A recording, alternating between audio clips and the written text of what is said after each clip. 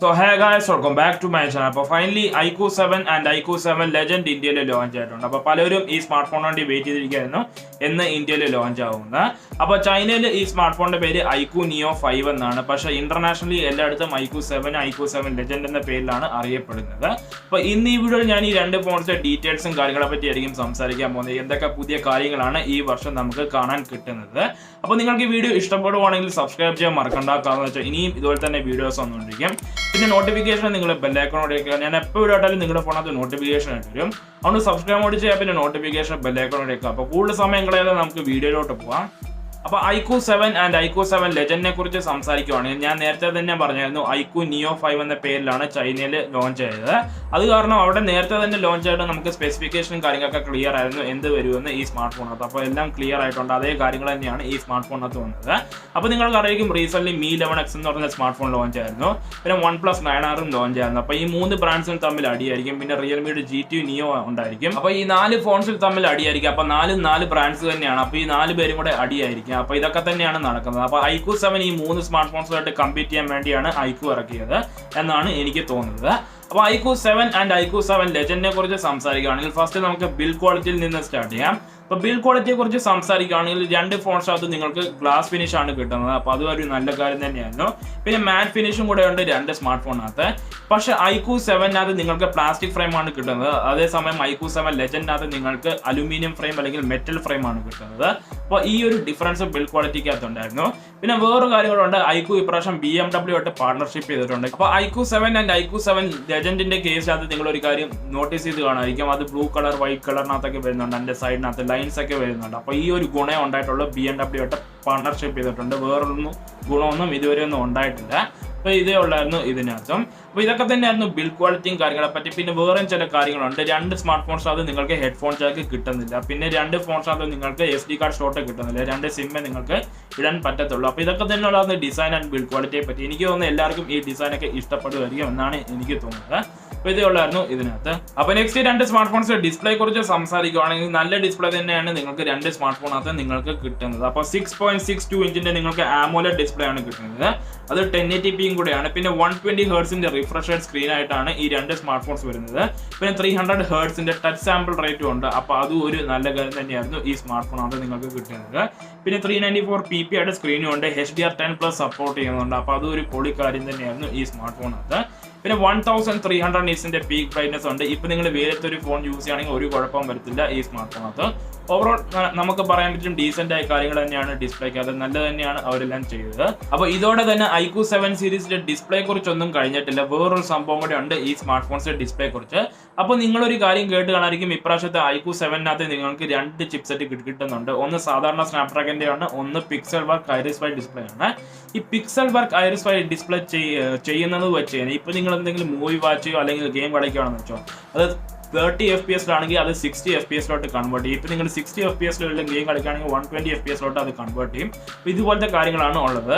ഇപ്പൊ നിങ്ങൾ 60 FPS call of duty എല്ലാം പ്ലേ ചെയ്യുവാണെങ്കിൽ അത് 120 FPS അത് ഓട്ടോമാറ്റിക്കലി തന്നെ കൺവേർട്ട് ആവും. അപ്പോൾ ഇതുപോലത്തെ കാര്യങ്ങൾ നിങ്ങൾക്ക് iQOO 7 സീരീസിനകത്ത് കിട്ടുന്നുണ്ട്. വേറെ സ്മാർട്ട് ഫോണിനകത്തും ഇതുപോലത്തെ കാര്യങ്ങളൊന്നുമില്ല. പിന്നെ വേറൊരു കാര്യം കൂടെ ഇത് ചെയ്യുന്നുണ്ട്. SDR to HDR ഇത് കൺവേർട്ട് ചെയ്യും. ഇതുപോലത്തെ കാര്യങ്ങളും ഈ സ്മാർട്ട് ഫോൺ കൊണ്ടുവന്നിട്ടുണ്ട്. അപ്പോൾ ഇതും ഒരു നല്ല കാര്യം തന്നെയാണ് ഈ സ്മാർട്ട് ഫോണകത്ത്. വേറെ ഈ പ്രൈസ് റേഞ്ചിലെ സ്മാർട്ട് ഫോൺസിനകത്തൊന്നും ഇതുപോലത്തെ കാര്യങ്ങളൊന്നുമില്ല. അപ്പോൾ ഡിസ്പ്ലേ ബേസ്ഡ് ചിപ്സെറ്റ് നിങ്ങൾക്ക് കിട്ടുന്നുണ്ട് ഈ സ്മാർട്ട് ഫോണകത്ത്. Pixel work iris Y display ഈ MEMC ടെക്നോളജി ബേസ്ഡ് ആണെന്ന് നിങ്ങൾക്ക് പറയാൻ പറ്റും. OnePlus 8 Pro 9 Pro വന്നതുപോലെ. അപ്പോൾ ഇതും ഒരു നല്ല കാര്യം തന്നെയായിരുന്നു ഈ സ്മാർട്ട് ഫോണകത്ത് നിങ്ങൾക്ക് കിട്ടുന്നത്. Pixel work iris Y display. അപ്പോൾ ഇതുപോലത്തെ സംഭവങ്ങൾ നിങ്ങൾക്ക് സാധാരണ ഒരു ഫോണിനകത്തും കിട്ടാറില്ല. ഇത് റെയർലി ചില ഫോൺസിനകത്തൊക്കെ വരാറുള്ളൂ. അപ്പോൾ ഈ ഓപ്ഷൻ ഉള്ളത് ഈ സ്മാർട്ട് ഫോണകത്ത് ഒരു വെർത്തി ഓപ്ഷൻ ആണെന്ന് എനിക്ക് തോന്നിയിട്ടുണ്ട്. Mi 11X നിങ്ങൾ നോക്കുകയാണ്, OnePlus 9R നോക്കുകയാണ്, അതിനകത്ത് ഇതുപോലത്തെ ഓപ്ഷൻസ് ഒന്നും ഇല്ല. പക്ഷേ ഇതിനകത്ത് നിങ്ങൾക്ക് കിട്ടുന്നുണ്ട്. ഇത് ഒരു പൊളി സംഭവം തന്നെയായിരുന്നു ഈ സ്മാർട്ട് ഫോണിനകത്ത്. അപ്പോൾ നെക്സ്റ്റ് സ്മാർട്ട് ഫോണിന്റെ സോഫ്റ്റ്വെയറും കാര്യങ്ങളെ പറ്റി സംസാരിക്കുകയാണെങ്കിൽ ഈ smart phone out of the box Android 11 വരുന്നത്. അപ്പോൾ അതൊരു ഡീസന്റ് കാര്യം തന്നെയായിരുന്നു ഈ സ്മാർട്ട് ഫോണിനകത്ത്. പിന്നെ ഈ സ്മാർട്ട് ഫോണിനകത്ത് നിങ്ങൾ കൂടി പോയി കഴിഞ്ഞാൽ 1-2 കൊല്ലത്തെ അപ്ഡേറ്റ്സ് കിട്ടുമായിരിക്കും. ഈ ഫോണിന്റെ അപ്ഡേറ്റ്സ് ആണ് ഏറ്റവും കൂടുതൽ വീക്കായ ഒരു സംഭവം. നിങ്ങൾക്ക് അപ്ഡേറ്റ്സ് കിട്ടാൻ വളരെ കുറവാണ് ഈ സ്മാർട്ട് ഫോണകത്ത്. ഈ സ്മാർട്ട് ഫോണകത്ത് നിങ്ങൾക്ക് സ്പെസിഫിക്കേഷനും കാര്യങ്ങളൊക്കെ കിട്ടും, പക്ഷേ അപ്ഡേറ്റ്സിന്റെ കാര്യത്തിൽ നിങ്ങൾ ഈ സ്മാർട്ട് ഫോൺ വിശ്വസിച്ചൊന്നും മേടിക്കരുത്. അതേ ഉള്ളൂ എനിക്ക് പറയാം. അപ്പോൾ അത് തന്നെയല്ല, ഈ സ്മാർട്ട് ഫോൺ വരുന്നത് ഫൺ ടച്ച് OSനകത്താണ് ഇന്റർനാഷണലി എല്ലായിടത്തും. അപ്പോൾ ഫൺ ടച്ച് OS 11.1 ഇപ്പോൾ ഈ സ്മാർട്ട് ഫോൺ ഓടുന്നത്. പക്ഷേ ചൈനയിൽ ഇത് ഒറിജിൻ OSലാണ് ഓടുന്നത്. ചിലപ്പോൾ ആൻഡ്രോയിഡ് 12ന്റെ അപ്ഡേറ്റ് കഴിഞ്ഞ് നമുക്ക് ചിലപ്പം ഒറിജിൻ OS കിട്ടാൻ സാധ്യതയുണ്ട്. അപ്പോൾ ഒന്നും പറയാനൊന്നും പറ്റത്തില്ല. പക്ഷേ ഇപ്പോൾ കറന്റ് ഫൺ ടച്ച് OSലാണ് ഈ സ്മാർട്ട് ഫോൺ വരുന്നത്. അപ്പോൾ അതേ ഉള്ളായിരുന്നു എനിക്ക് പറയാൻ.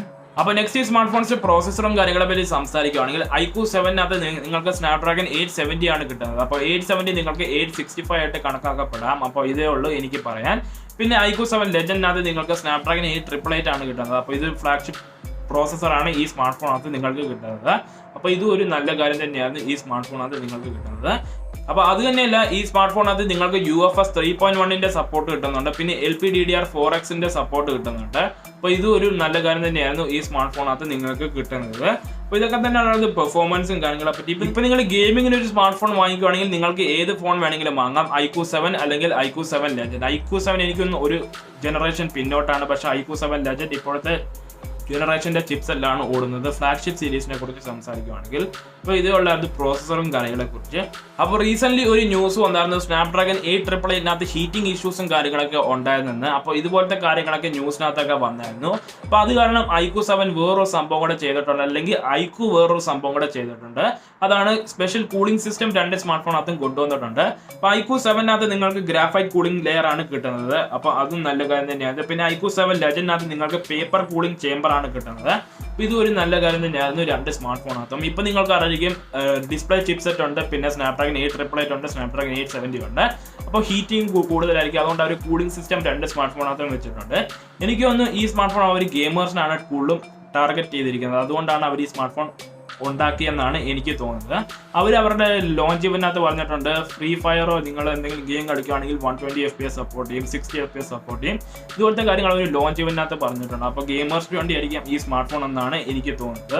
അപ്പോൾ നെക്സ്റ്റ് ഈ 3 സ്മാർട്ട് ഫോൺസിന്റെ സ്റ്റോറേജ് വേരിയൻസും പ്രൈസും കാര്യങ്ങളെ പറ്റി സംസാരിക്കുകയാണെങ്കിൽ iQOO 7നകത്ത് നിങ്ങൾക്ക് 3 വേരിയൻസ് കിട്ടുന്നുണ്ട്. അപ്പോൾ ഫസ്റ്റ് വേരിയന്റിലോട്ട് പോകുകയാണെങ്കിൽ ഇതാണ് base variant, 8GB RAM 128GB variant 32,000 നിങ്ങൾക്ക് കിട്ടുന്നുണ്ട്. അപ്പോൾ 31,990 എങ്ങാണ്ടാണ് ഇതിന്റെ പ്രൈസും കാര്യങ്ങളൊക്കെ. പിന്നെ 256GB 8GB RAM ഉണ്ട്, അത് 34,000 നിങ്ങൾക്ക് കിട്ടുന്നുണ്ട്. പിന്നെ 256GB 12GB RAM വേരിയന്റ് നിങ്ങൾക്ക് 36,000 നിങ്ങൾക്ക് കിട്ടുന്നുണ്ട്. അപ്പോൾ ഇതാണ് iQOO 7ന്റെ സ്റ്റോറേജ് വേരിയൻസ് ആൻഡ് പ്രൈസിങ്. അപ്പോൾ iQOO 7 ലെജൻഡിനകത്ത് നിങ്ങൾക്ക് 2 വേരിയൻസ് കിട്ടുന്നുണ്ട്. അപ്പോൾ 8 and 128GB വേരിയന്റ് നിങ്ങൾക്ക് 40K കിട്ടും. പിന്നെ 256GB 12GB RAM വേരിയന്റ് നിങ്ങൾക്ക് 44K കിട്ടും. അപ്പോൾ ഇതൊക്കെ തന്നെ ഉള്ളായിരുന്നു iQOO 7 ലെജൻഡിന്റെ സ്റ്റോറേജ് വേരിയൻസ് ആൻഡ് പ്രൈസും കാര്യങ്ങളൊക്കെ ഞാൻ എല്ലാം പറഞ്ഞു തന്നിട്ടുണ്ട് രണ്ട് സ്മാർട്ട് ഫോണകത്തും. അപ്പോൾ വേറൊരു ക്വസ്റ്റ്യനും കൂടെ ഉണ്ട്, പലരും ചോദിക്കാറുണ്ട് iQOO 7ന്റെ അല്ലെങ്കിൽ iQOOന്റെ സർവീസ് സെന്റർ എവിടെയാണെന്ന്. ഇപ്പൊ നിങ്ങളുടെ ഫോൺ അഥവാ കേടായെങ്കിൽ നിങ്ങൾക്ക് വിവോയുടെ സർവീസ് സെന്ററിൽ പോയാലും മതി, അത് തന്നെ ധാരാളമാണ്. കാരണം വെച്ചാൽ നിങ്ങൾക്ക് അറിയിക്കും iQOO എന്ന ബ്രാൻഡ് വിവോയുടെ സബ് ബ്രാൻഡാണ്. അപ്പൊ അതും നിങ്ങളൊന്ന് ഓർത്തോണം. ഇപ്പൊ റിയൽമി ഒപ്പോയുടെ സബ് ബ്രാൻഡ് ആണെന്ന് പറയുന്ന പോലെ തന്നെ iQOO വിവോയുടെ സബ് ബ്രാൻഡാണ്. ഇതുപോലത്തെ കാര്യങ്ങൾ ഉള്ളതുകൊണ്ട് നിങ്ങൾക്ക് വിവോയുടെ അവിടെ പോയാലും നിങ്ങൾക്ക് ഫോണൊക്കെ ശരിയാക്കാൻ പറ്റും. അപ്പോൾ ഒന്നും കൊണ്ടൊന്നും പേടിക്കണ്ട. എനിക്ക് തോന്നുന്നു iQOOയുടെ എനിക്ക് തോന്നുന്നു ഈ സർവീസ് സെന്ററും കാര്യങ്ങളൊക്കെ കുറവാണ്, പക്ഷെ വിവോയുടെ നിങ്ങൾ പോയാലും നിങ്ങൾക്കൊക്കെ നന്നാക്കാൻ പറ്റും ഫോണൊക്കെ. അപ്പോൾ അതേ ഉള്ളായിരുന്നു എനിക്ക് പറയാൻ. അപ്പോൾ സോഫ്റ്റ്വെയറിന്റെ കാര്യത്തിൽ ഞാൻ വേറൊരു സംഭവം കൂടെ പറയാൻ വിട്ടുപോയിട്ടുണ്ട്. ഈ സ്മാർട്ട് ഫോണിൽ നിങ്ങൾക്ക് കസ്റ്റം റോം ഇടാൻ പറ്റത്തില്ലായിരിക്കും സാധാ ആൻഡ്രോയിഡ് ഫോൺസ് വെച്ച് നോക്കുവാണെങ്കിൽ. എനിക്ക് തോന്നുന്നതാണ്, ഞാൻ പെർഫെക്റ്റ് ആയിട്ടൊന്നും എനിക്കൊന്നും അറിയത്തില്ല, ഞാൻ ജസ്റ്റ് പറഞ്ഞതേ ഉള്ളൂ. ഇപ്പം നിങ്ങൾ വിചാരിക്കുന്നുണ്ടായിരിക്കും ഈ സ്മാർട്ട് ഫോൺ നല്ല എല്ലാ സംഭവങ്ങളുണ്ട്, 870 ഉണ്ട്, 888 ഉണ്ട്. അതുകൊണ്ട് ഞാൻ ഇതിനകത്ത് എനിക്കിതിൻ്റെ UI ഒന്നും ഇഷ്ടമല്ല, അതുകൊണ്ട് ഞാൻ ഇതിനകത്ത് കസ്റ്റം റോം ഇടാൻ പ്ലാൻ ചെയ്യണം. അങ്ങനത്തെ വല്ല പ്ലാൻ ഉണ്ടെങ്കിൽ നിങ്ങളൊന്നും മേടിക്കരുത്. കാരണം വെച്ചാൽ ഇതിനകത്ത് iQOOയുടെ ഫോൺസിനകത്ത് ഇതുപോലത്തെ കാര്യങ്ങളൊന്നുമില്ല. അപ്പോൾ നിങ്ങളെല്ലാം കണ്ടു നോക്കിയൊക്കെ വേണം ഈ സ്മാർട്ട് ഫോൺ വാങ്ങിക്കാൻ. അതേ ഉള്ളായിരുന്നു എനിക്ക് പറയാൻ. അപ്പോൾ സ്നാപ്ഡ്രാഗൺ 888 നിങ്ങൾക്കറിയാം 5G ചിപ്സെറ്റ് ആണ്. സ്നാപ്ഡ്രാഗൺ 870യും 5G ചിപ്സെറ്റ് ആണ്. അപ്പോൾ നിങ്ങൾ പലരും വിചാരിക്കുന്നുണ്ടായിരിക്കും ഇതിന്റെ ബാൻഡ്സ് എത്രയാണ്. അപ്പോൾ പലരും ഒക്കെ ക്വസ്റ്റ്യൻ ചോദിക്കുന്നുണ്ട് ഇതിന്റെ ബാൻഡ്സ് എത്രയാണ്. എനിക്ക് തോന്നുന്നു ഇതിന്റെ 5G ബാൻഡ്സ് എനിക്ക് തോന്നുന്നു 1, 2 അങ്ങനെ എങ്ങാണ്ടുള്ളതെന്നാണ് എനിക്ക് തോന്നുന്നത്. 1, 2 ബാൻഡ് എങ്ങാണ്ട് ഉള്ളതെന്ന് തോന്നുന്നു ഇതിനകത്ത് 5G സപ്പോർട്ട് ചെയ്യുന്നത്. ബാക്കിയെല്ലാം 4G ഒക്കെ ആണെന്നാണ് എനിക്ക് തോന്നുന്നത്. അപ്പോൾ ഇതുവരെ ഒന്നും എനിക്കൊന്നും ഇൻഫോർമേഷൻ ഒന്നും വന്നില്ല. ചിലപ്പോൾ അപ്ഡേറ്റ് വഴി കൂടുതൽ വന്നേക്കാം. പക്ഷേ ഇതിനകത്ത് ഇപ്പോൾ കറന്റ് സപ്പോർട്ട് ചെയ്യുന്നത് 1, 2 അങ്ങനെ എങ്ങാണ്ടാണ്. അപ്പോൾ ഇതുള്ളായിരുന്നു എനിക്ക് പറയാൻ. അപ്പോൾ നെക്സ്റ്റ് സ്മാർട്ട് ഫോണിന്റെ ബാറ്ററീസും കാര്യങ്ങളെ പറ്റി ഇപ്പോൾ സംസാരിക്കുകയാണെങ്കിൽ iQOO 7നകത്ത് നിങ്ങൾക്ക് 4400 mAh ബാറ്ററി ബാക്കപ്പ് കിട്ടുന്നുണ്ട്. iQOO 7 ലെജൻഡിനകത്ത് 4000 ഉള്ളൂ. അപ്പോൾ 400 mAh കുറച്ചാണ് അവർ iQOO 7 ലെജൻഡിനകത്ത് അവർ ഇട്ടത്. എനിക്കറിയത്തില്ല അവരെന്താ അങ്ങനെ ചെയ്തത്. പിന്നെ 66 വാട്ടിന് നിങ്ങൾക്ക് ഫാസ്റ്റ് ചാർജിങ് അല്ലെങ്കിൽ ഫ്ലാഷ് ചാർജ് നിങ്ങൾക്ക് ബോക്സിൽ കിട്ടുന്നുണ്ട്. അപ്പോൾ ഇതിനകത്ത് ഫ്ലാഷ് ചാർജ് എന്ന് പറഞ്ഞ പേരാണ് ഇതിനകത്ത് കൊടുത്തിരിക്കുന്നത്. അപ്പോൾ 66 വാട്ടിന്റെ ഫ്ലാഷ് ചാർജ് നിങ്ങൾക്ക് ബോക്സിൽ കിട്ടുന്നുണ്ട്. അപ്പോൾ അത് ഒരു നല്ല കാര്യം തന്നെയാണ്. 30 മിനിറ്റ്സിൽ തന്നെ നിങ്ങളുടെ ഫോൺ ഫുൾ 100% ആക്കുമെന്നാണ് ഇത് ക്ലെയിം ചെയ്യുന്നത്. അപ്പോൾ നോക്കാം എന്ത് നടക്കുന്നു. അപ്പോൾ ഇതൊക്കെ തന്നെയാണുള്ളത് ബാറ്ററിയും കാര്യങ്ങളും. പിന്നെ ഈ സ്മാർട്ട് ഫോൺ അത് സ്റ്റീരിയോ സ്പീക്കേഴ്സും കാര്യങ്ങളുണ്ട്, ഹെഡ്ഫോൺ ജാക്കോ കാര്യങ്ങളൊന്നുമില്ല. അപ്പോൾ ഇതൊക്കെ തന്നെയാണ് കംപ്ലീറ്റ് ഡീറ്റെയിൽസ് ഈ ഫോണിനെ കുറിച്ച്. അപ്പോൾ എനിക്കൊരു ചോദ്യം ചോദിക്കാനുണ്ട്, നിങ്ങൾ Mi 11X എടുക്കുമോ അതോ OnePlus 9R എടുക്കുമോ അതോ iQOO 7 അല്ലെങ്കിൽ iQOO 7 Legend എടുക്കുമോ? നിങ്ങൾക്ക് കമന്റ് ചെയ്തിട്ട് പറയാൻ പറ്റും. അതല്ലെങ്കിൽ ഞാൻ ഇതിന്റെ കമ്പാരിസൺ വീഡിയോ ചെയ്തേക്കാം, സ്പെക്സ് കമ്പാരിസൺ ഒക്കെ. നിങ്ങൾക്ക് വേണമെങ്കിൽ നിങ്ങൾ കമന്റ് ചെയ്തിട്ട് നിങ്ങൾക്ക് പറയാം. അപ്പോൾ ഇതൊക്കെ തന്നെയുള്ളതാണ് ഈ വീഡിയോ ഒക്കെ. നിങ്ങൾക്ക് ഈ വീഡിയോ ഇഷ്ടപ്പെട്ടെങ്കിൽ ലൈക്ക് ചെയ്യുക, ഷെയർ ചെയ്യുക, സബ്സ്ക്രൈബ് ചെയ്യുക. And that's it guys. Thanks for watching.